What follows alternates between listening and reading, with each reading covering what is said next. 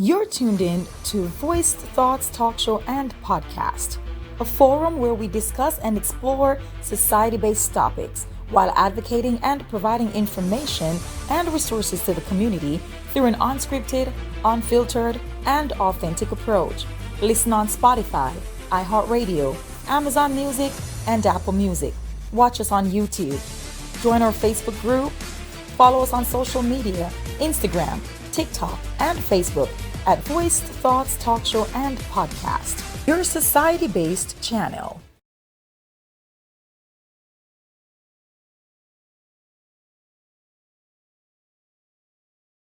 Welcome to another episode of Voiced Thoughts Talk Show and Podcast. I'm your host, and my name is Danette Mahabeer-Turner. And today we have an amazing episode lined up for you. But before we get into that, of course, we have to highlight the sponsors of episode 4. I want to shout out to our title sponsor, Evergreen's Plant Shop, Coffee House, and Wine Bar, located at 4677 Alton Barkley Drive, Paducah, Kentucky. Evergreen's strive to provide an experience as well as a great cup of coffee. They offer many goodies and merchandise from local small businesses, so stop in for a great experience. Our sponsor for this episode as well is Carrie Singler for Kentucky State Representative 2024. Carrie Singler is your candidate to represent District 3 in the Kentucky House. Carrie is experienced wellness leader and health program and policy manager. She's a healthy choice for Kentucky, paid for by campaign funds of Carrie Singler. And so the moment that you guys have all been waiting for, we are here live with Commissioner Raynarldo Henderson. Welcome to the show. Thank you. Good to be here. You're currently finishing up a term as City Commissioner. Tell us about that. I'm currently finishing my second term. Awesome. As City Commissioner. A term is 2 years. And so I'm finishing up my second term and running for re-election for a third term. That's awesome. What made you want to run for a third term? Well, I think the reason I'm running, period, is that I like being on the ground floor, helping to put things together that will help people ultimately.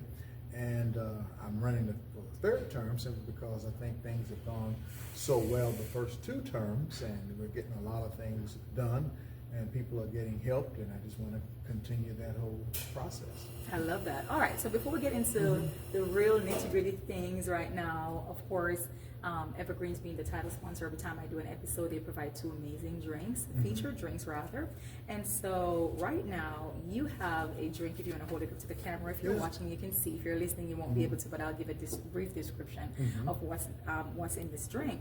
So provided by Evergreen's Plant Shop, Coffee House, and Wine Bar, you are drinking what is called a Lotus Pineapple Upside Down Cake. Absolutely.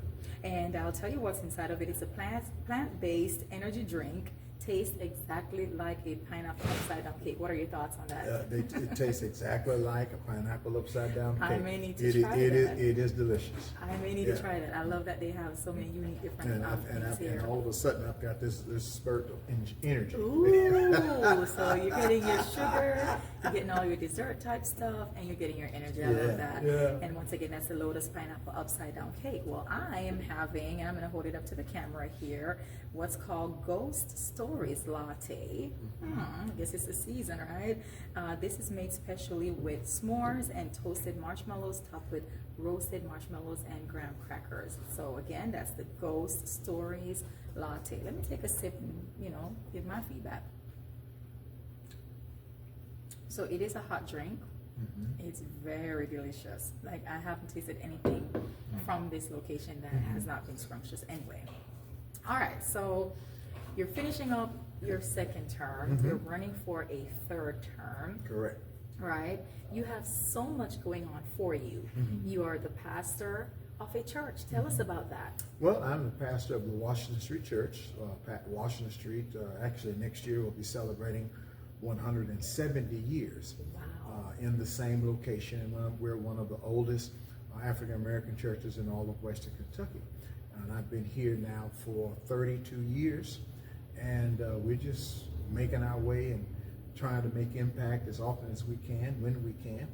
And we are located right across the street from the courthouse parking lot, the courthouse parking lot. And as I said, we started off 170 years ago in a log cabin And now, of course, we have a beautiful building now.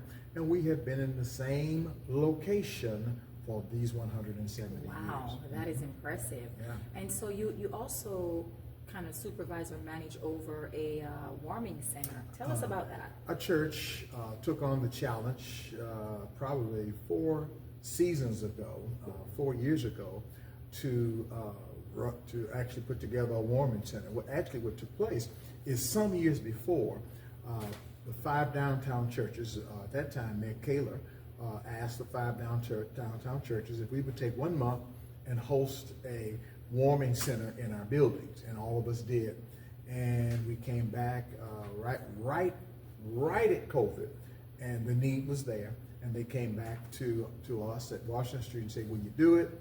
And we said we would do it, and that's what we do. We believe that is a part of what the church should be doing, and that is taking care of those who are less fortunate, taking care of those who find themselves in the middle, if you will, of lifing. Mm-hmm. And so we do that, and we have a building that was right next to the door that we had already purchased. We'd had other things in that building, and at that time, it was just kind of sitting there for us trying to decide what we were going to do. And we thought, wow, warming center, if we can do that, then we'll use this building. And it is absolutely ideal. And so that's what we have been doing. And in that warming center, we provide the COVID testing, provide the people can come through and they can get a shower, they can get a hot meal, their clothes will be washed for them. They obviously will get a warm place, clean place to lay their head at night. Next morning, lights on at 7 o'clock, and breakfast is served, and then they're dismissed at 8 o'clock. And so that's what we have been doing now for the last, 4 seasons. We operate 6 months out of the year. Awesome. Well, thank you for sharing that. Your role as city commissioner entails a lot of stuff. I know that for sure. So now that you're rerunning, are there anything differently that you are adding on to the focus point? What are your focal point for your next Well, term? I think the platform, and it has always been from day one to now, has been about people. I believe that that's why we run. While we have to have infrastructure, we have to have all policies and procedures and all those things, and those are important. I think that everything that we do should be about people. And the one question that I ask every time we vote on something is, how will this vote, or how will this affirmative vote affect the people of our city? And not just how will it affect a few, but how will it affect the masses? And of course, you can't please everybody with the decision that you make, but the majority of the people ought to feel good about what we're doing. And so this time around, I'm actually bringing it out people. My platform is building Paducah by building people. I love that. And I believe that if you build people, because that's what Paducah is, we're people. And so if people are feeling good about themselves, they're feeling good about where they're working, they're feeling good about where they're living, they're feeling good about the fact that they can actually take a vacation if they choose to do that. They can sit back in their backyards and relax and rest and just enjoy their families. Everybody wants that, okay? And I don't think that it is fair for just a few to have that, and then there's another group who don't have that at all. So we're gonna make a real push for people. As you already know, the Southside Initiative. I've used my influence in the Southside Initiative. When I first began running in 2012, I guess it was, and I didn't win until just a few years ago, just obviously 4 years ago. But it was always my goal to focus on the south side of Paducah. I felt like when I drove from, say, from my church or from my home to the south side of Paducah, it felt as if I was driving in another city, right? That I had left Paducah and went to another place. And now I've used my influence to bring that initiative forth. The commission obviously has voted to do that, and for the last few years, one of our focuses has been on the south side. So now the south side is getting the attention that they have missed for the last several years.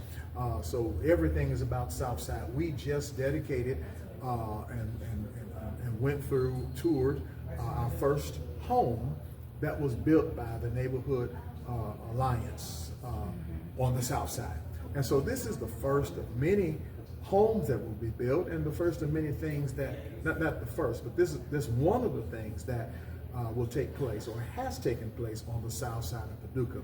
We want to create that family atmosphere. We put together a steering committee because I didn't want us, and we didn't want to be presumptuous to think that we knew what the South Side needed. So we put together, the mayor and I, this particular time, we put together, and of course our commission, I had to vote on this, but we put together a group of men and women, young and old, who either lived on the South Side or who live on the South Side now, has a building on the South Side. And so we brought those individuals together and said, hey, look, tell us what you need. Tell us what you want. And they began to talk to us, and they began to have community meetings. People began, and that was one of the first things that we did, two community meetings, and people who lived on the South Side, been on the South Side, whatever the case is, they came and they said, this is what we want. This is what we want to do. This is what we think needs to happen. And so I am a stickler for if people come and say, this is what we want and this is what we need, then we need to work as hard as we can to make sure they get what they say they want and what they say that they need. And so that's taking place now, and we're excited about that. And of course, it didn't take the South Side, it didn't happen overnight the way it looked, and it won't happen overnight for it to get to where it needs to be. South Side is made up of 8 different communities. The South Side is vast. I mean, it is large. And so we felt like that since we were already in a project on the South Side in the Walter-Jeton area, in the Dunlap building, we felt like that should be our first place. We just didn't want to do a little bit here and a little bit there and a little bit there because it was so big you wouldn't even notice that we had done anything. So now if you begin to look on the South Side in the Walter-Jeton area, you will see some stuff like, oh wow, last Christmas you saw signs on the poles that said Merry Christmas or whatever the case is. This year you're going to see decorations that are lit. It is going to mirror, if you will, what we see on Jefferson Street. It's going to mirror that. So we're trying to make sure that all of our neighborhoods, the people who live there, feel important. To make sure they feel like they're noticed. And so that's what we're working to do even right now on the South Side. So, I love that. I love that. Thank you for sharing that. So separate and apart from that project, are you a part of any other upcoming projects here in the Paducah area? Oh gosh. Well, just at this point, just everything that the city commission is involved in. I mean, we are a little bit of everywhere, doing a little bit of everything. We just are on the cusp, if you will, of mental health. Another issue that we work with that I use my influence to make happen. And so by working in the Women's Center, obviously, we deal with some people who have some mental health challenges. And I think two things real quick. Every person who is at the Women's Center does not have mental health challenges. That's number one. That's number thing we need to do. But there are some major challenges in our community as it relates to mental health. And so what I wanted to do, and what I think is so important, is to highlight that. And let's work to try to address that issue. While every I think I said it, while every issue that equals mental health does not necessarily mean, equals Women's Center does not necessarily mean mental health, but there are some that are there. And so what we thought we were going to do when we did the Women's Center was provide a place to stay at night, and that turned into a whole bunch of other stuff that we just had no idea. So as a result of that, mental health has been on my mind. How we help people with mental health has been on my mind. And so when we talk about mental health, it is not just people who have poor mental health, but it's about doing some things to make sure that people maintain good mental health. I love that. And so I think one of the things that our city has done for 2 years straight now is that we have provided a free lunch all of the employees at the city of Paducah, where they can come, relax, have fun, sit down, enjoy lunch, and at the same time know that all of us at the city who are in leadership appreciates them and appreciates the work that they do. And so all of our employees are served by the mayor and the city commission and any other director who chooses to do that. And then we want to turn around and serve the directors too. It's about making sure that people know that they are appreciated, that people know that they're loved, and that if they have some challenges, that they can use their insurance to get the help that they need. And that may mean sitting back, talking to someone about whatever's going on in their life. That helps them. And so when you've got good mental health, then you've got a good community. You know, all kind. That just touches a healthy community. Absolutely. And so you'll see spreads on buses around town. You probably have seen billboards all focusing on mental health. I love that. So that's something that we have been involved in. And then of course, one of the reoccurring initiatives that we have that has my influence with it is inclusion, an inclusive government. And not only just an inclusive government, but we want a minority inclusive government. And so we hired, back in March of this year, we hired our very first DEIB specialist. And that person's responsibility is to raise awareness. That person's responsibility is to bring all of us to a point of understanding what DEI and B means and what we as a city can do. Now we can't, obviously we're not just gonna go out and just hire folk because they're minority or whatever, but we want to hire obviously the best people for the job. And sometimes that's not a minority, and we get that. Right. But we want to make sure that every opportunity that we can, that we do, and that we include them. And then, of course, when we talk about this inclusive government, I'm talking about bringing our meetings outside of City Hall, bringing our meetings outside of the ivory tower, and have those meetings in churches and in businesses, in communities. You know, and we've done that, I think, twice now.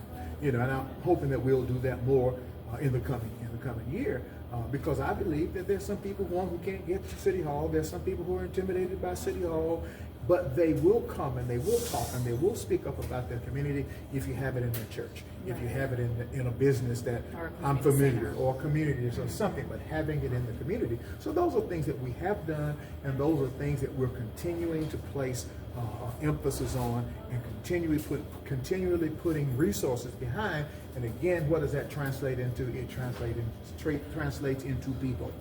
That's true. That's what it does. Yes, right. I love that. Thank you for sharing. So there is another big community project here that's been the talk of the town, Lincoln Station. What are your thoughts on that? Do you have any suggestions, ideas, or concerns about that? Yeah, well, Lincoln Station, obviously, anybody who has lived in our community for any length of time, they are familiar with Lincoln. They're familiar with Lincoln Court. They're familiar with all of that. And so some years back, I was a part of the Housing Authority. As a matter of fact, I was chairman of the Housing Authority Board when we actually tore down Lincoln Court. Okay, and so now, and then I had some folk who are members of our congregation who actually owned Lincoln School. Okay, so that has been torn down. It has been like a hole, if you will, in our community for quite some time. And now you have some people who are coming together, thinking about bringing all those things back to the community. Where? Oh, Southside. Okay, so I think it's a great idea. We just had a couple of meetings about a week and a half ago, both of them at Washington Street Church, where the community was invited to share their dreams and to share their memories and to share their vision for the Lincoln Station. And I think, as I read, I think there are about 40 people each night, you know, on Monday and Tuesday night. And so it's a good project, it's an important project, and I think it does need to get some attention and resources that are necessary. There have been people, obviously, in our community who are on that board. There are people in our community who have worked to get money for Lincoln Station. I think $1 million came from the influence of our chamber and influence of our state rep. So it's a good project, and it seems like it's gaining some momentum and it's gaining some steam. And I think that project, along with other projects that are on the horizon, will work well again for the South Side. We've got the possibility of Meharry College, which is in Nashville, setting up a medical center where? Oh, right here on the South Side. So when we start doing these kind of things, people who live on the South Side, and not just people who live on the South Side, but people in our community have things near them where they can benefit Accessibility. from. Yes, Absolutely. I love that. Mm-hmm. All right, so here's this question that I personally want to ask you. We've seen over a few months many small businesses within the area have shut their doors. What would you suggest, if you are reelected? Of course, it's a collective initiative. It's not just you as because it has to be a multiple vote situation. But for small businesses, what is the focus around that? I think again, I'm about people. I'm about people. So I think that one of the first things that we can do, if we have not done it already, and I don't think we have, is to bring small business owners together and ask them the important question: how can the city of Paducah help you succeed? What do you need the city of Paducah to do to make sure that 5 years, 10 years down the line, you're still here and you're thriving? I think that's where it begins. I don't think that we should just put the small businesses out there and say, now, make sure you got a good product and go from there. What can we do?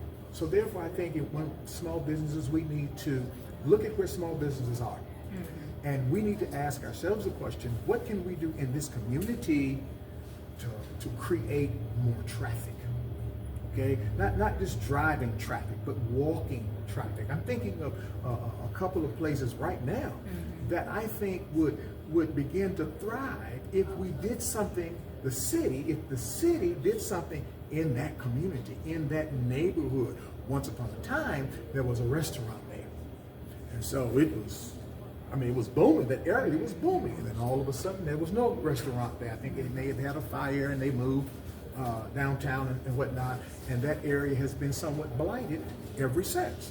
Okay? So what can we do? How can we get some excitement down here? How can we get people to walk down here or to ride their bike down here and get some stuff going? And all of those things, I think, are city initiatives. I think that the city needs to put money, if we can.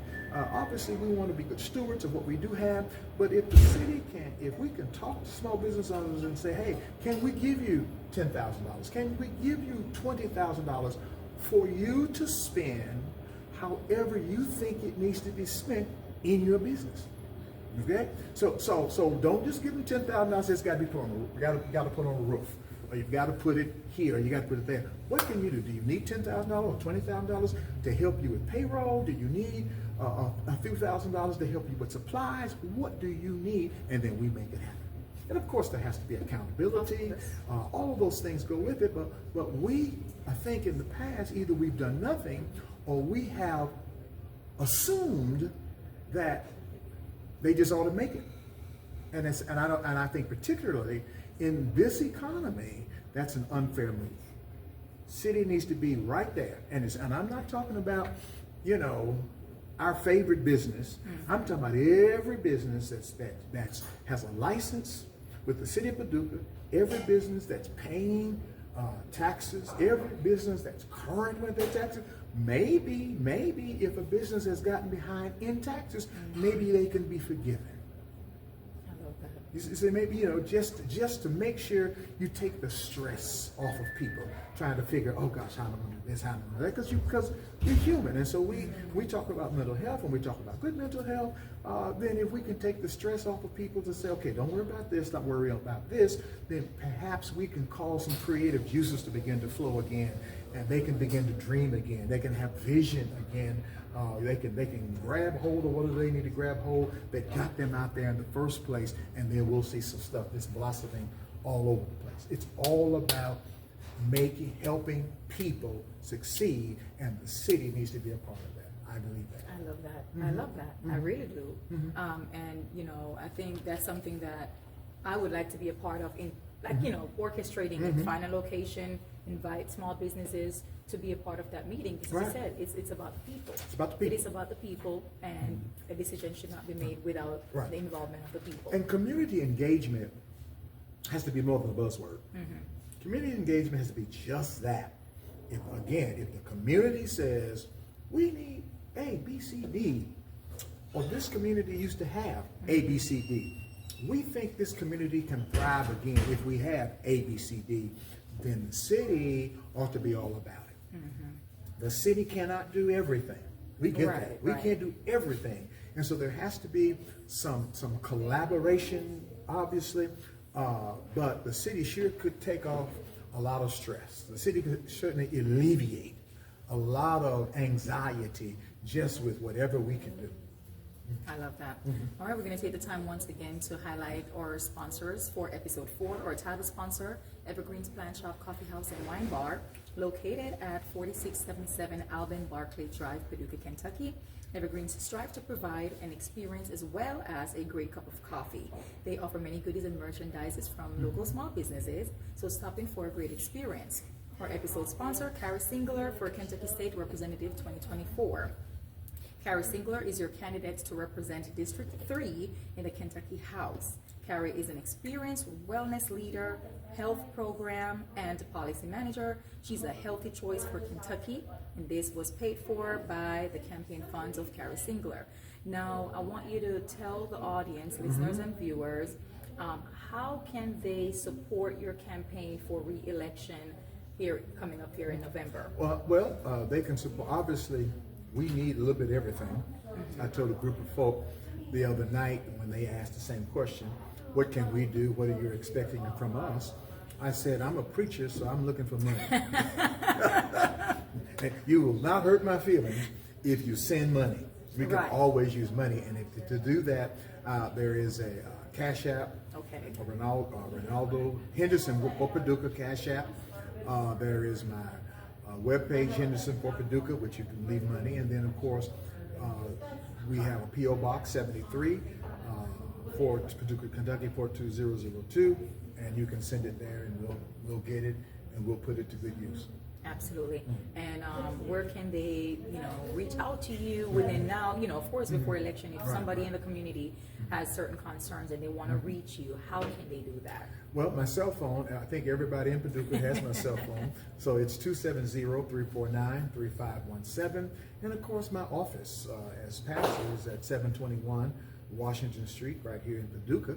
And so people do what others have done, and just come by the office. And if you want to spend a little time with me, we ask that you set up an appointment with my secretary.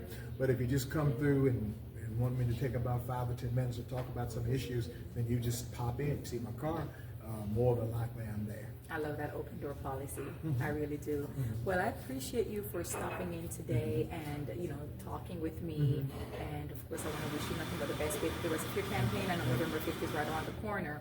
I want to tell everyone where you can listen or watch this episode or next episode. We're in season 3, and we have some amazing topics to cover. So you can watch us on YouTube. You can listen on iHeartRadio, Spotify, Amazon Music, and Apple Music. Be sure to join our Facebook group, Voice Thoughts Talk Show and Podcast. Follow us on Instagram, Facebook, and TikTok at Voice Thoughts Talk Show and Podcast. I've been your host. My name is Danette Mahabeer-Turner. I will see you on the next episode. God bless you.